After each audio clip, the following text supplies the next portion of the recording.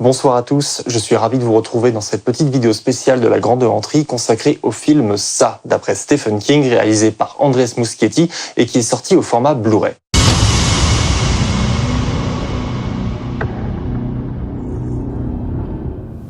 Ça, je vais pas revenir dessus en détail, je pense que vous êtes déjà largement au courant de l'existence de ce film. Il est basé sur un livre de Stephen King, bien évidemment, et c'est peu ou prou le film d'horreur le plus rentable de tous les temps. Ça s'explique aisément du fait de la notoriété de Stephen King, bien évidemment, mais en particulier de ce roman-là, dont la première adaptation dans les années 90 avait réussi à traumatiser une génération entière.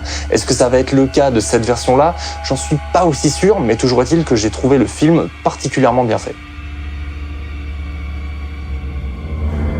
Pour ce qui est de ce que je pense du film en détail, je vous renvoie aux articles que j'ai écrits pour le site superpouvoir.com, à savoir la critique du film au moment où il est sorti et 7 différences majeures entre le roman et le film. Les liens sont dans le descriptif de la vidéo. Pour résumer, c'est une adaptation que j'estime plutôt fidèle, bien évidemment pas à la lettre, notamment en ce qui concerne l'époque, mais elle est assez efficace pour permettre à un nouveau public de le découvrir, en particulier ceux qui n'auraient pas nécessairement le courage d'aborder le bouquin, qui fait quand même largement plus de 1000 pages. D'ailleurs, revoir le film en vidéo m'a permis de largement plus l'apprécier que quand je l'ai vu au cinéma. J'avais eu le temps de m'habituer au style de caméra de Andrés Muschietti, au jeu des acteurs et à tous les petits choix d'adaptation auxquels j'avais pas forcément accroché de prime abord. Je suis toujours pas fan de certains effets spéciaux, notamment les espèces de surgissement du clown face caméra avec cette espèce de distorsion de l'image qui est un tout petit peu dégueulasse. Ça a été un choix artistique que je trouve pas toujours idéal, mais c'est compensé par de superbes décors, comme je le disais, une super interprétation, une musique que j'avais un peu vite jugée au départ comme étant un peu passe-partout, mais qui en fait est très touchante et plutôt très bien composée. Ce que je reproche le plus au film, c'est ce qui a été fait en marge de sa sortie, à savoir la façon dont sa promo a été agencée, notamment en proposant un film qui serait sans concession et ultra violent. Par rapport au livre, le film reste quand même relativement sage. Même si les victimes qu'on voit à l'écran sont des enfants, ce qui reste relativement rare dans le cinéma de genre, en tout cas grand public, je trouve que par certains aspects, le film a laissé de côté certains aspects très transgressifs du roman que j'aurais aimé voir à l'écran, pas par perversion, mais parce qu'ils font partie de l'essence de ce que King a voulu décrire dans son roman. Mais à l'adaptation, on perd souvent des choses et c'est quelque chose que je suis totalement prêt à accepter. Et même si par certains aspects, j'ai trouvé le film un petit peu lisse, je pense qu'il s'en sort très très bien et qu'au sein de ce qui est sorti en 2017 en termes de film d'horreur et fantastique, il a absolument pas à rougir et je vous le recommande allègrement. Et puis pour une fois qu'on a un livre de King qui est plutôt pas trop mal adapté, on va pas bouder quand même. N'est-ce pas, Tour Sombre? Il est d'accord. Bien évidemment, l'intérêt d'un format vidéo, ce sont ses bonus, et ils ont été largement débattus dans la presse et sur Internet bien avant sa sortie, notamment pour ces fameuses 13 scènes coupées qu'on va détailler dans la partie bonus de cette vidéo. Les 13 scènes totalisent un petit peu plus de 10 minutes de métrage, et le premier truc qui me saute au visage quand je les vois, c'est qu'elles auraient pu largement être intégrées dans le montage final. Et bien évidemment, on parle de Warner. Et Warner, pour sortir des versions longues de leurs films 6 mois après la sortie initiale, c'est les champions, toutes catégories. N'est-ce pas, film d'ici? Il est d'accord aussi. Donc la version longue de ça, elle a déjà été annoncée.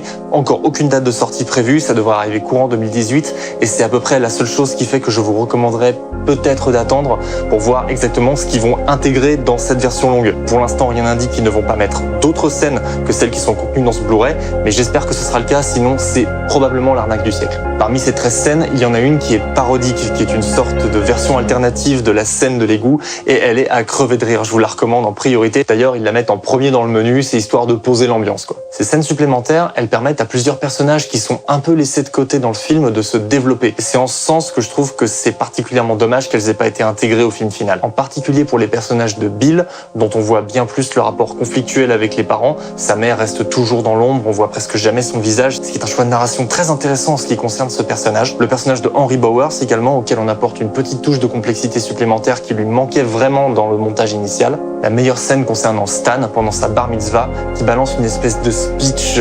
anti-adulte et très énervé, qu'on voit d'ailleurs dans une des bandes annonces du film et qui n'a pas été conservée, et c'est une sacrée connerie, parce que c'est un personnage très intéressant, Stan, et il va avoir une importance capitale dans la suite du film. S'il n'y avait que ces scènes, et sachant qu'une version longue va sortir, je vous recommanderais pas le Blu-ray, mais il y a 3 autres reportages qui valent largement le coup d'œil, en particulier celui consacré à Bill Skarsgård et à son interprétation du clown. Pennywise le clown et l'interprétation qu'en donne Bill Skarsgård a très clairement contribué à faire du film un petit phénomène. Dans cette longue featurette, il revient sur comment il s'est accaparé le personnage, comment il a apprivoisé le maquillage et comment il a travaillé avec les jeunes acteurs et de quelle manière ils l'ont découvert au dernier moment en arrivant sur le plateau. D'ailleurs, ce reportage sur la façon dont Bill Skarsgård a abordé le personnage d'un clown, c'est un petit peu le reportage qu'on n'aura jamais eu de Heath Ledger incarnant le Joker. C'est intéressant puisque Bill Skarsgård a souvent dit que l'interprétation d'Heath Ledger l'avait beaucoup influencé dans son approche de Pennywise. Une prestation donc fascinante qui va probablement rester gravée dans les annales de l'horreur et qui ne fait absolument pas d'ombre à la prestation de Tim Curry en 1990. Elle lui est même d'ailleurs étrangement complémentaire.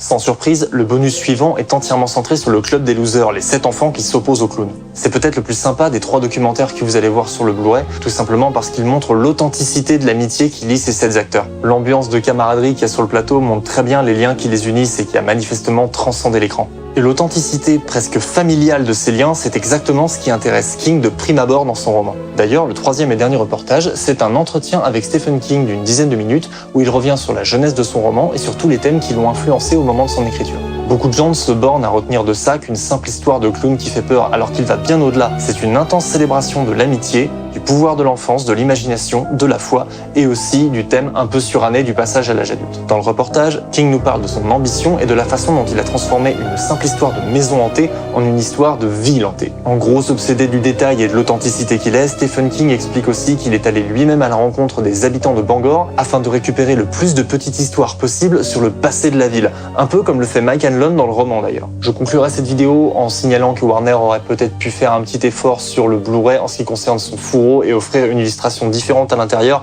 parce que là ça fait un peu double emploi et franchement c'est un peu du foutage de gueule. À noter d'ailleurs que la version DVD ne contient que les scènes cachées et absolument pas les autres reportages, donc si vous avez moyen de lire les Blu-ray et que vous n'avez pas envie de vous claquer 30 € dans un steelbook, je conseille assez largement cette version, ça reste la plus rentable et la mieux fournie. Ou alors vous patientez jusqu'à la version longue.